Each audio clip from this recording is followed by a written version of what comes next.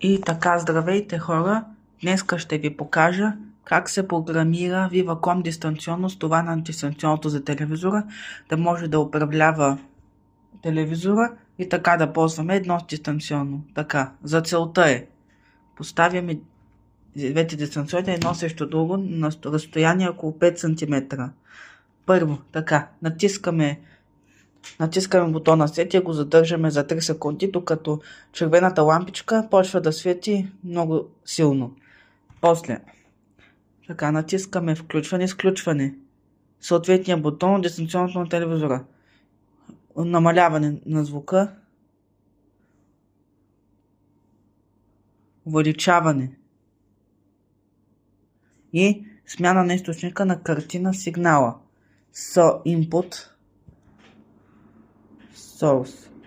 И така, натискаме Set, за да запазим настройките и да излизаме от режим на програмиране. Така, ще програмираме и още едно Viva.com дистанционно. Така, първо натискаме Study и TV бутонът.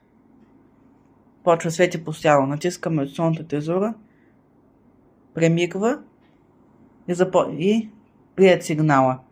Аналогично сбояваме увеличаване и намаляване на звука. Натискаме това. Увеличаване. Намаляване.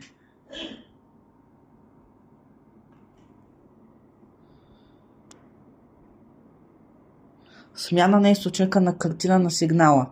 Пак Study. Input.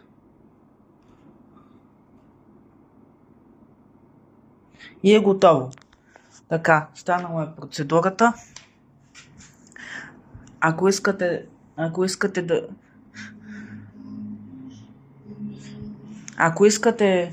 да разгледате още подробности за дистанционните, ще ви абонирайте се за канала с известие, ще ви кача още подробности за клипчетата. Например, ще ви кача как се раздвоява, се нулира дистанционното, как се нулира дистанционното в първоначалните настройки, за да ползвате пак две дистанционни, т.е. да го раздвоим. И това е за днеска. Чао!